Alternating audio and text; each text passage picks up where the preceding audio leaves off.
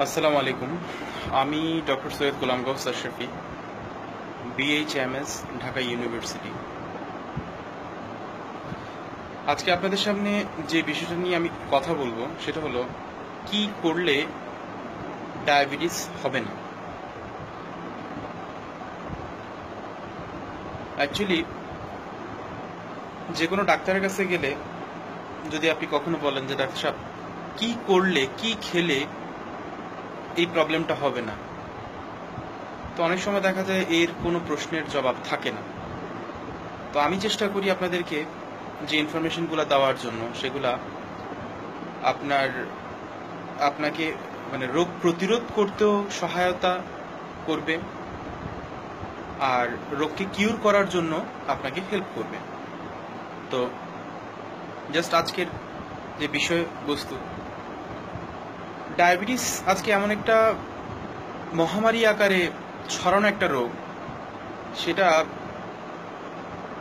মানে আমরা বলে থাকি যে diabetes is the mother of all kinds of disease. যদি ডায়াবেটিস কারো বডিতে হয় তাহলে সেই ক্ষেত্রে আপনার আর অন্য কোনো রোগের প্রয়োজন নাই। জাস্ট শুধু ডায়াবেটিস যদি হয়ে যায় বাকি সব কিছু অটো হতে থাকবে। ডায়াবেটিস যদি হয় হার্ট ডিজিজ হবে, ডায়াবেটিস যদি হয় ব্রেন স্ট্রোক হবে, ডায়াবেটিস যদি হয় কিডনি ডিজিজ হবে, ডায়াবেটিস যদি হয় আপনার ব্রেনের বিভিন্ন ধরনের প্রবলেম হবে, ডায়াবেটিস যদি হয় বিভিন্ন ধরনের ক্রনিক ডিজিজ আপনার তৈরি হবে শুধু ডায়াবেটিসটা হলে। সো কিভাবে ডায়াবেটিসটা থেকে বাঁচা যায় বা কি করলে ডায়াবেটিসটা হবে না, সেই বিষয় নিয়ে আজকে আমি একটু আলোচনা করি। শুরুতে আমি এই পেজের অ্যাডমিন ওনাকে ধন্যবাদ জানাই যে উনি মেহরবানি করে এই পেজে এসে লাইভ করে আপনাদের সামনে এই জিনিসগুলো উপস্থাপন করার জন্য আমাকে একটা ব্যবস্থা করে দিয়েছেন। মানে মন থেকে ওনাকে ধন্যবাদ জানাই। আর শুরুতে বলে নেই, যদি আমার ভিডিওগুলো আপনাদের ভালো লাগে বা আমি যে লাইভে আসি আমার কথাগুলো যদি শুনে আপনারা উপকৃত হন, তো দয়া করে আপনারা এটা আপনারা শেয়ার করে দিবেন, ইভেন যেন আরো মানুষ সেই জিনিসগুলো দেখতে পায়, দেখে যেন উপকৃত হতে পারে। সো ভিউয়ার্স, আমি আলোচনায় চলে যাই। কি করলে ডায়াবেটিস হবে না। এখন এই সলিউশনের জন্য প্রথম যে জিনিসটা দরকার, যে কি করলে ডায়াবেটিস হয়, যা যা করলে ডায়াবেটিস হয় তা না করলে ডায়াবেটিস হবে না, স্ট্রেট ফরওয়ার্ড। আচ্ছা, কি কারণে ডায়াবেটিস অ্যাজ ইউজুয়ালি মানুষের আজকে ঘরে ঘরে হয়ে থাকে? আজ থেকে 100 বছর আগে যদি চিন্তা করি, ঘরে ঘরে ডায়াবেটিসের ছিল না, পেশেন্ট ছিল না। আজ থেকে 200 বছর আগে চিন্তা করলে ডায়াবেটিস রোগ আমার ধারণা আর কি, যে এই রোগ নামে কোনো রোগই ছিল না, বা থাকলেও মানুষের মধ্যে এতটা ছিল না। তো বাই দ্য ওয়ে, তো এখন এই জাস্ট 30-40 বছরের মধ্যে কি এমন দুনিয়ার মধ্যে চেঞ্জ হয়ে গেছে যে আজকে ঘরে ঘরে ডায়াবেটিসের পেশেন্ট মহামারী আকারে ছড়াইতেছে। আমি কয়েকটা সাইড নিয়ে আলোচনা করব যে কি কারণে ডায়াবেটিস আজকে ঘরে ঘরে মানুষের হইতেছে। প্রথম সেটা হলো, যদি কারো বডিতে ব্লাডের কোলেস্টেরল লেভেল বেড়ে যায় তখন ডায়াবেটিস হতে পারে। কারণ যখন ব্লাডের মধ্যে কোলেস্টেরল লেভেল বেশি হয়ে যায় তখন ইনসুলিন রেজিস্ট্যান্সি তৈরি হয়, মানে ইনসুলিনটা প্রপারলি কাজ করে না। সো যখনই ইনসুলিন প্রপারলি কাজ করবে না তখন আপনার হাইপারগ্লাইসেমিয়া হয়ে যাবে, আপনার বডির মধ্যে ইনসুলিনটা প্রপারলি কাজ করবে না, আপনার গ্লুকোজ লেভেল বেড়ে যাবে। এই গেল একটা কজ। 2 নম্বর কজ আমি বলতেছি, সেটাকে আমি আপনারা সবাই জানেন যারা আমাকে নিয়মিত দেখেন, আমার লাইভগুলো শোনেন, যে চিনিকে আমি অন্যতমভাবে দায়ী করি। অ্যাকচুয়ালি আমি দায়ী করি বলতে কথাটা এটা না, আমি যা শুধু আপনাদের সামনে উপস্থাপন করি যে চিনির কারণে, যেমন দেখেন এই ডকুমেন্টটা থেকে আমি প্রায় সময় করি, এই একটা ডকুমেন্ট সুগার সম্পর্কে অ্যানালাইসিস। যাদের এই পর্যন্ত ডায়াবেটিস হয় নাই তাদের জন্য খুব ইম্পর্টেন্ট ভাবে আপনারা কথাগুলো শুনে রাখেন, খুব ইম্পর্টেন্ট আপনাদের জন্য, যে যাদের এই পর্যন্ত ডায়াবেটিস হয় নাই তারা শুধু চিনি খাওয়া বন্ধ করে দেন।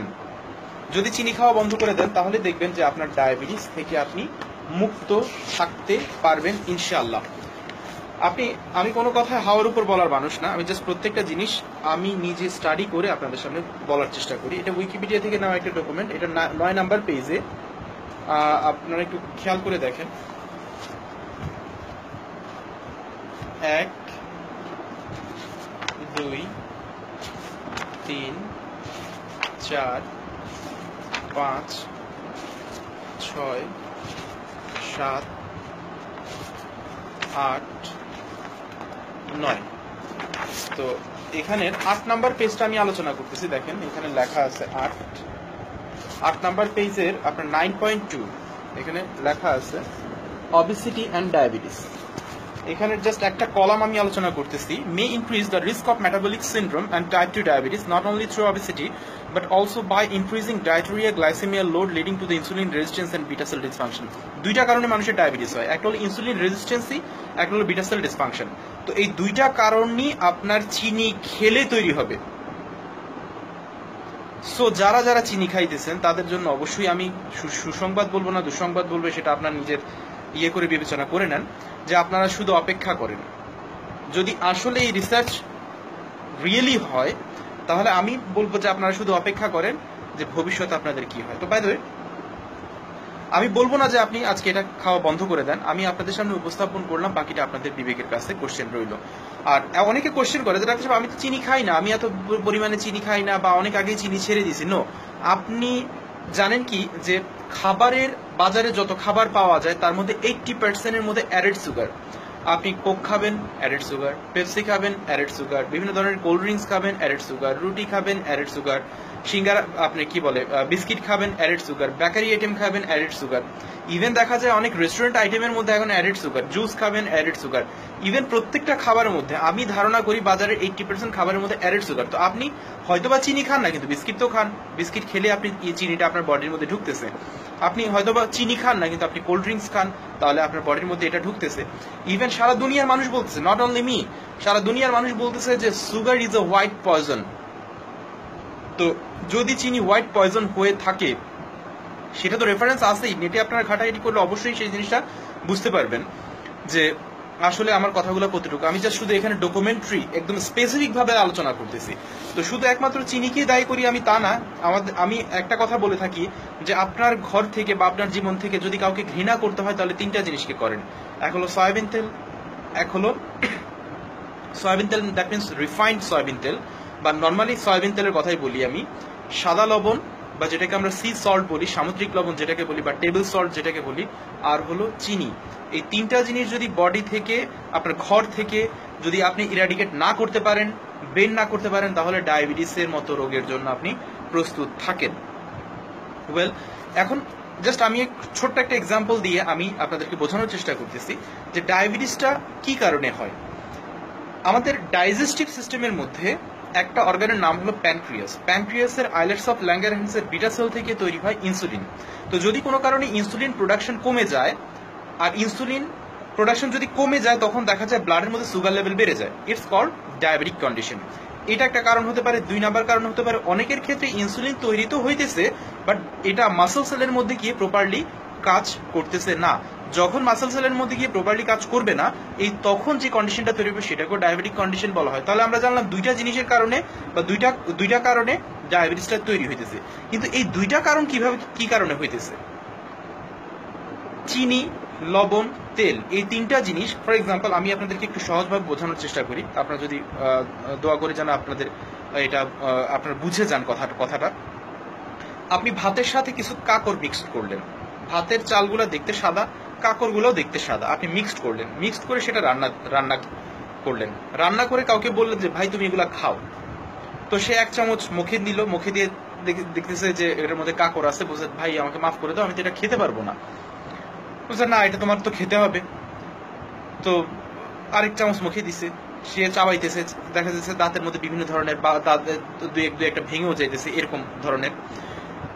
তো সে বলতেছে না ভাই আমার পক্ষে এটা আসলেই সম্ভব না।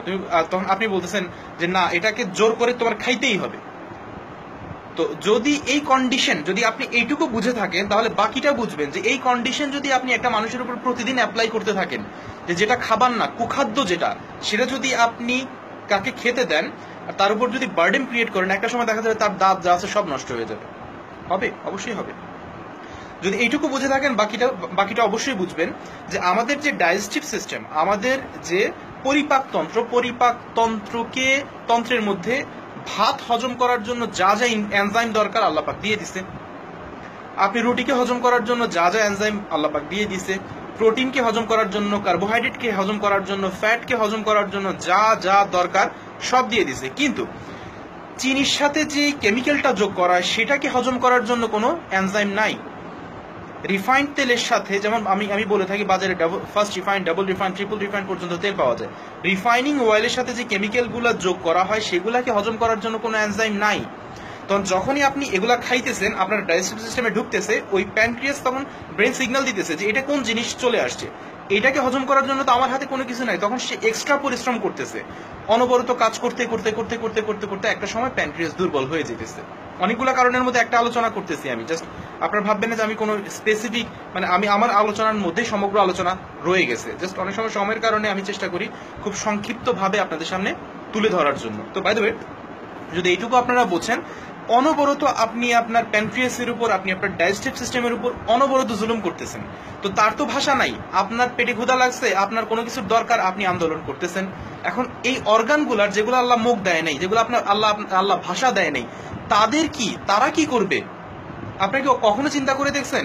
এই তখন আপনার একটা কন্ডিশনের মধ্যে গিয়ে দেখা যায়, যখন অনবরত তার উপর আপনি জুলুম করতেছেন, অনবরত আপনি এই বিভিন্ন ফরমালিন যুক্ত খাবারগুলো খাইতেছেন, অনবরত আপনি পয়জনাস খাবারগুলো খাইতেছেন, অনবরত আপনি কেমিক্যাল যুক্ত খাবারগুলো খাইতেছেন, হোয়াট এভার। আমি শুধু জাস্ট তিনটা মেইন জিনিসকে টার্গেট করলাম, এক হলো সয়াবিন তেল, এক হলো সাদা লবণ, এক হলো চিনি। শুধু এগুলো না, আপনি আপনার খাবারের মধ্যে যে খাবারটা আপনি পয়জনাস খাইতেছেন, যেই খাবারটা কেমিক্যাল অ্যাডেড খাইতেছেন, যেই খাবারটা প্রিজারভেটিভ অ্যাডেড খাইতেছেন, যেই খাবারটা আপনি ফরমালিন অ্যাডেড খাইতেছেন, প্রত্যেকটা খাবারের কথা বলছি, যখনই সে ডাইজেস্টিভ সিস্টেমের মধ্যে ঢুকতেছে, আপনার ডাইজেস্টিভ সিস্টেমের পাওয়ারটাকে কমায় ফেলতেছে। তো যারা আমার কথাটা বুঝতেছেন, তাদের কাছে রিকোয়েস্ট রইল যে আজকে এই জিনিসটা পরিবর্তন করেন।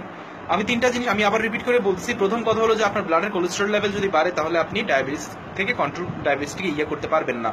2 নাম্বার হলো চিনি। 3 নাম্বার হলো এই যে পয়জনাস যে খাবারগুলো আছে, পয়জনাস, যেমন আমি বলে থাকি লবণের মধ্যে 2টা কেমিক্যাল যোগ করা হয়, একটা হচ্ছে পটাশিয়াম আয়োডাইড, একটা হলো অ্যালুমিনিয়াম সিলিকেট। আপনারা নেটে সার্চ করে দেখে নেবেন। আপনারা অনেক সময় দেখবেন যে ব্যাগ কিনলে বা জুতা কিনলে জুতার মধ্যে ছোট্ট ছোট প্যাকেট থাকে, যেগুলোকে সিলিকা বলি আমরা। এই সিলিকা, এইটাই হলো জাস্ট এটার মধ্যে অ্যাড করে দেওয়া হয়, এটা গুঁড়া করে জাস্ট এটার মধ্যে ইউজ করা হয়, এই কারণেই যেন বাতাস থেকে লবণটা জলীয় বাষ্প না টানতে পারে। সো আমি যে কথাগুলো বললাম, যে এই ফর্মুলাটার মধ্যে যদি আপনারা চলে আসেন, এই জিনিসটা যদি আপনি একটু ফলো করতে পারেন, তাহলে দেখবেন ইনশাআল্লাহ, আল্লাহ পাক চাহেন তো, আপনার বডির মধ্যে ডায়াবেটিস হবে না। এখন আপনি হয়তো বলবেন, অনেকে কোশ্চেন করতে পারেন, ডাক্তার বাবু আপনি আবার কি কথা বলছেন, আপনি এই যুগে সবার ডায়াবেটিস হইতেছে, এখন আমাদের ডায়াবেটিস হবে না এইটুকু ফলো করলেই? এখন আমি আপনারে বলি যে সমাজের মধ্যে অনেক অনেক অনেক অনেক লোক আছে, অনেক লোক হায়াতে মানে বেঁচে গেছে, এখন বর্তমানে হয়তো বা তারা ওফাতপ্রাপ্ত হয়েছে, কিন্তু তাদের কখনো ডায়াবেটিসে সে মারা যায়নি। আজকে বর্তমানে আমাদের মৃত্যুর ডেফিনেশনটা হয়ে গেছে অমুকে মারা গেছে। কি কারণে মারা গেছে ভাই, কি হয়ে মারা গেছে, এইটুকু আমরা চিন্তা করি যে কোনো না কোনো রোগেই মানুষ মারা যায়। আপনি কখনো এই কথাটা শুনছেন যে বার্ধক্যজনিত কারণে মৃত্যু হয়েছে? এখন খুব কমই আমরা শুনতে পারি যে বার্ধক্যজনিত কারণে কারো মৃত্যু হয়েছে। এখন আমরা শুনি হয় ব্রেন স্ট্রোকে মারা গেছে, না হলে হয়তোবা ক্যান্সারে মারা গেছে, না হলে হয়তোবা হার্ট অ্যাটাকে মারা গেছে। বিভিন্ন ধরনের ক্রনিক ডিজিজের মাধ্যমে আমরা এইটাই ধরে নিছি যে আমরা মারা যাব, বা মানুষ মারা যায় শুধু ক্রনিক ডিজিজের কারণে। আপনি চাইলে এটা থেকে উত্তরণ সম্ভব, তবে আমি একা দুনিয়াকে চেঞ্জ করতে পারবো না। আমি আমার মতো করে ছোট্ট একটা প্রয়াস করতেছি। আমরা যদি সবাই মিলে চেষ্টা করি, সম্মিলিতভাবে চেষ্টা করি, তাহলে জিনিসটা পসিবল। তো আমি আপনাদের সাথে এমন জিনিসগুলো নিয়ে আলোচনা করি যেগুলো ইউনিক জিনিস, যেগুলো আপনি খুব ইজিলি আপনি অ্যাপ্লাই করতে পারেন। আপনি একটু চিন্তা করে দেখেন যে আপনি যদি চিনি খাওয়া বন্ধ করেন, তাহলে হোয়াট ইজ মাই প্রফিট? আপনি যদি সাদা লবণ খাওয়া বন্ধ করেন, হোয়াট ইজ মাই প্রফিট? আমি আপনাকে এতক্ষণ যে কথাগুলো বললাম, এতে আমার প্রফিটটা কোথায়? আর আমার কথা শুনে যদি আপনি লাইফ লং কোনো উপকার না পান, ট্রাস্ট মি, আমার কথা শুনে যারা আমার কথাগুলো শুনতেছেন, প্রত্যেককে উদ্দেশ্য করে বলছি, যারা আমার কথা শুনতেছেন, যে আমার কথা শুনে যদি আপনি আপনার জীবনে কোনো উপকার না পান, আপনার হারানোর কিছু নাই। আমি আপনাকে 2টা টাকা খরচ করাই দিছি না, আমি আপনাকে কোনো ধরনের ব্যাড কোনো গাইডলাইন দিতেছি না, আমি আপনাকে কোনো কেমিক্যাল কোনো কিছু খেতে বলতেছি না, আমি আপনাকে কোনো ওষুধ কোনো খেতে বলতেছি না। আমি বলতেছি যে পরিবর্তন করেন, ট্রাস্ট মি। আর তারপরেও বলবো যে আমাকেও ট্রাস্ট করার দরকার নেই। আপনি যেটা করবেন, আমি যে রেফারেন্সগুলো দিয়ে দিতেছি, সেই রেফারেন্সগুলো আপনি নিজে স্টাডি করেন, আপনি ঘাটাঘাটি করেন।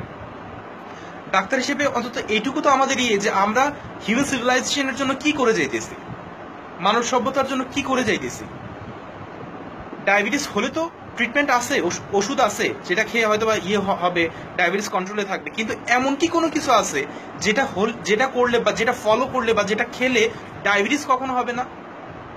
ভিউয়ার্স, যারা ইয়াং জেনারেশন আছেন তাদের উদ্দেশ্য করে বলছি, হাত জোর করে রিকোয়েস্ট করতেছি, আমার ডোন্ট ট্রাস্ট মি, আপনারা স্টাডি করেন, পড়াশোনা করেন, পড়াশোনা করে আমি যে রেফারেন্সগুলোর কথা বলতেছি সেগুলো আপনারা কম্পেয়ার করেন, কম্পেয়ার করে আপনারা দেখেন যে আদৌ এই কথাগুলো সত্য কিনা। আমি কয়েকটা এক্সাম্পল আলোচনা করার চেষ্টা করলাম। তো ভিউয়ার্স, যদি আমার কোনো কথার মধ্যে কারো মন খারাপ হয়ে থাকে দয়া করে আমাকে মাফ করবেন। আর আমি চেষ্টা করি প্রত্যেকটা জিনিস, ইউনিক কিছু জিনিস নিয়ে আপনাদের সামনে তুলে ধরার জন্য। যেমন ক্যান্সারের কথা, হলুদ দিয়ে ক্যান্সার ভালো হয়, ট্রাস্ট মি, জাস্ট হলুদ দিয়ে ক্যান্সার ভালো হওয়া সম্ভব। আপনারা উইকিপিডিয়ার মধ্যে গিয়ে একটা লিখবেন, সেটার নাম হলো কারকিউমিন, ফ্রি এনসাইক্লোপিডিয়ার মধ্যে আপনি ওখানে দেখবেন যে বিভিন্ন স্টাডির মধ্যে এখন পর্যন্ত অলরেডি স্টাডি চলতেছে, ইভেন বিভিন্ন স্টাডি মধ্যে দেখা গেছে যে ক্যান্সারের জন্য অনবরত আমেরিকার মধ্যে 33টা প্যাটার্ন তৈরি করা হয়েছে শুধু একমাত্র ক্যান্সারের জন্য। তবে একটা কথা, আমি ক্যান্সারের যে কথাটা বলছি, ক্যান্সারের কথাটার মধ্যে আপনারা অবশ্যই খেয়াল রাখবেন, যারা এখন পর্যন্ত কেমোথেরাপি দেন নাই তাদের ক্ষেত্রে এটা লাঘব হবে, যারা কেমোথেরাপি দিয়ে দিয়েছেন তাদের ক্ষেত্রে এটা কোনো উপকারে আসবে না। আই রিপিট, যে যাদের ক্যান্সার হওয়ার পরে তারা কেমোথেরাপি দিচ্ছেন, যদি কেমোথেরাপি দিয়ে থাকেন তাহলে আমার এই ট্রিটমেন্ট, আমি যে হলুদের কথা বলি, সেটা কোনো ফায়দা আপনাকে পৌঁছাবে না। সো আপনারা যে জিনিসটা চেষ্টা করবেন যেন কেমোথেরাপি দেওয়ার আগেই আপনি হলুদের উপর ডিপেন্ডেবল হতে পারেন। আমি কিছুক্ষণ আগেও বলছিলাম যে কারকিউমিন নামক একটা উপাদান যেটা অ্যান্টি ক্যান্সারাস, এটা থাকার কারণে হলুদের রং হলুদ হয়ে থাকে। আর এই কারকিউমিন হলো পৃথিবীর অ্যান্টি ক্যান্সারাস একটা উপাদান। সো আপনারা হলুদের উপর অবশ্যই ডিপেন্ড করতে পারেন। অনেকে আমাকে কোশ্চেন করে, ডাক্তার সাহেব তাহলে কোন ক্যান্সারের জন্য আমরা হলুদ খাবো? আমি বলি যে কোনো ক্যান্সারের না, সব ক্যান্সারের জন্য, সমস্ত ক্যান্সারের জন্য, পা থেকে মাথা পর্যন্ত যে কোনো ক্যান্সারের জন্যই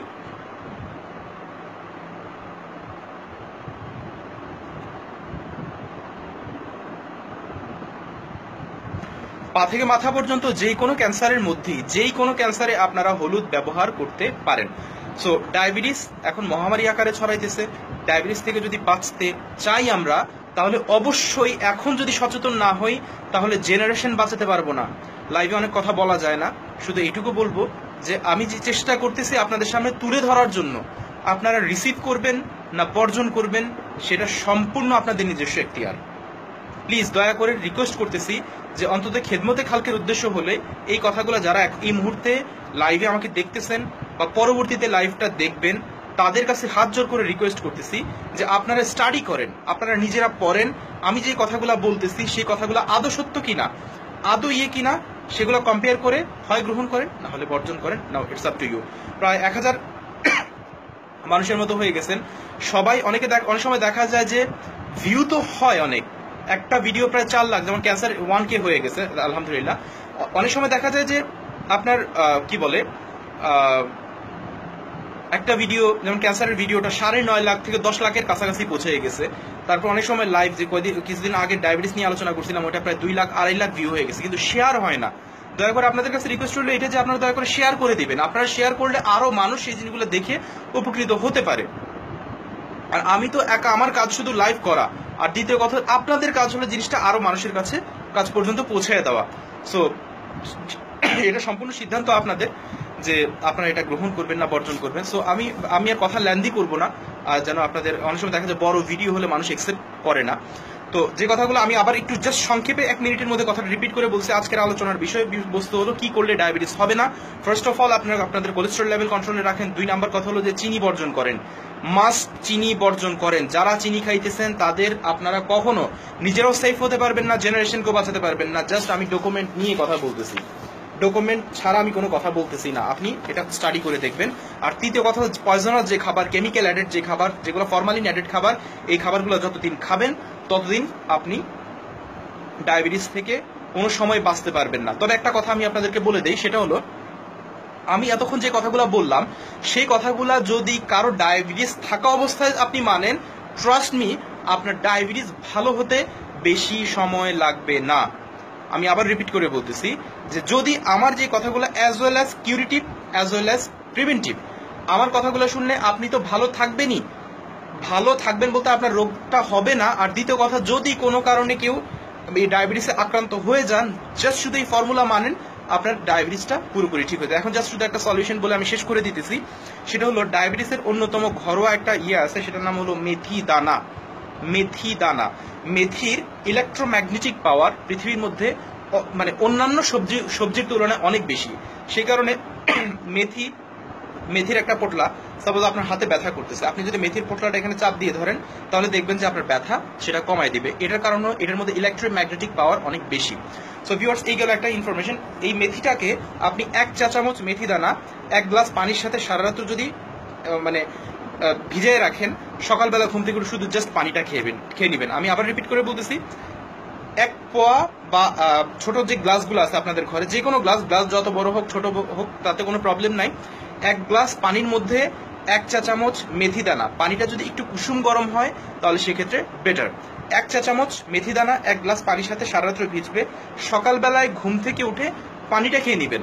অনেকে কোশ্চেন করে, যে ফোন করে কোশ্চেন করে যে ডাক্তার সাহেব মেথি দানাটাও কি খাবো? তা আমি বলি যে মেথি দানা যদি আপনি খেতে পারেন তাহলে মেথি দানাও খাবেন। মেথি দানা খেলে সবচেয়ে ভালো। নিয়মিত 3 থেকে 4 মাস কন্টিনিউ করেন, ইনশাআল্লাহ যাদের ডায়াবেটিস আছে তাদের ডায়াবেটিসটা পুরোপুরি ঠিক হয়ে যাবে। এতে আমি আরেকটা জিনিস আপনাদেরকে বলে দিই, যদি যাদের কোলেস্ট্রল লেভেল বেশি আছে তারাও আপনারা মেথি কন্টিনিউ করতে পারেন, এতে আপনার ব্লাডের কোলেস্ট্রল লেভেলও কমে যাবে। যেটা একটা কারণ বলছে যে ডায়াবেটিস বাড়ার অন্যতম একটা প্রধান কারণ আপনার এই কোলেস্টেরল। সো ভিউয়ার্স, প্রায় 1.5K মানে 1,500 মানুষ আমাকে এই মুহূর্তে দেখতেছেন। তো তাদের উদ্দেশ্য করে বলছি যে যদি আমার কোনো কথার মধ্যে কোনো ভুল থাকে দয়া করে আমাকে ক্ষমা সুন্দর দৃষ্টিতে দেখবেন, আর দয়া করে শেয়ার করবেন please.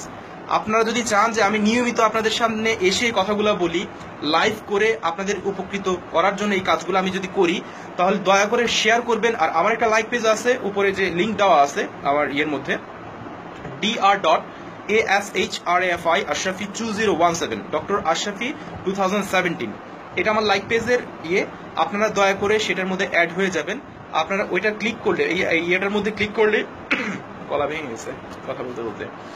So by the way, আপনারা সেই লিঙ্কটার মধ্যে অ্যাড করবেন, ক্লিক করে সেখানে গিয়ে আপনার লাইক দিয়ে দিন। এতে হবে কি, আমি হয়তোবা রিসেন্টলি আমার ওই পেজটার মধ্যে আমি লাইভ করব। সো এটা রিকোয়েস্ট রইল আপনাদের কাছে, আপনারা অবশ্যই সেই পেজটা লাইক করে দিবেন। এখানে লিঙ্কও দেওয়া আছে, আমি নামও বলে দিলাম। এই যেহেতু ভিডিও রেকর্ড থাকে অবশ্যই পরবর্তীতে শুনে নেবেন আপনারা। আর আমি ঢাকা মিরপুর 1 নম্বরে বসি, বাড়ি নাম্বার 24, রোড নাম্বার 10, এলাকার নাম হলো দক্ষিণ বিশিল, এরিয়ার নাম হলো মিরপুর 1, আর ঢাকা 1216। সো ভিউয়ার্স, আজকে আমি আর আপনাদের সময় নষ্ট করব না। আর অনেক সময় দেখা যায় যে খুব সিলি বিষয় নিয়ে অনেকে ফোন করে। প্লিজ কোনো সিলি বিষয়গুলো নিয়ে আপনারা যারা বাইরে থাকেন বা হয়তো ঢাকার বাইরে থাকেন, আপনারা পার্শ্ববর্তী যে ডাক্তার আছে তার শরণাপন্ন হবেন, তার সাথে বিষয়গুলো নিয়ে ডিসকাস করবেন, আপনার নিয়ার যে ডাক্তাররা আছে। আর যদি কোনো বিশেষ কোনো প্রয়োজন হয় তাহলে ইনশাল্লাহ আমি আসি, আমি চেষ্টা করব। আর আমার লাইভগুলো দেখবেন, অনেকগুলো কোশ্চেন দেখা যায় আপনি আমাকে কোশ্চেন করার দরকার নাই, আমার লাইভগুলো দেখলে আপনি আপনার সলিউশনটা পেয়ে যাবেন। সো ভিউয়ার্স, আজকে এই পর্যন্তই। আপনারা ভালো থাকুন, সুস্থ থাকুন, আমার জন্য দোয়া করবেন যেন অন্তত নিয়মিত এসে আপনাদের খেদমতে আমি কাজ করতে পারি। ভালো থাকুন, সুস্থ থাকুন, আসসালামু আলাইকুম।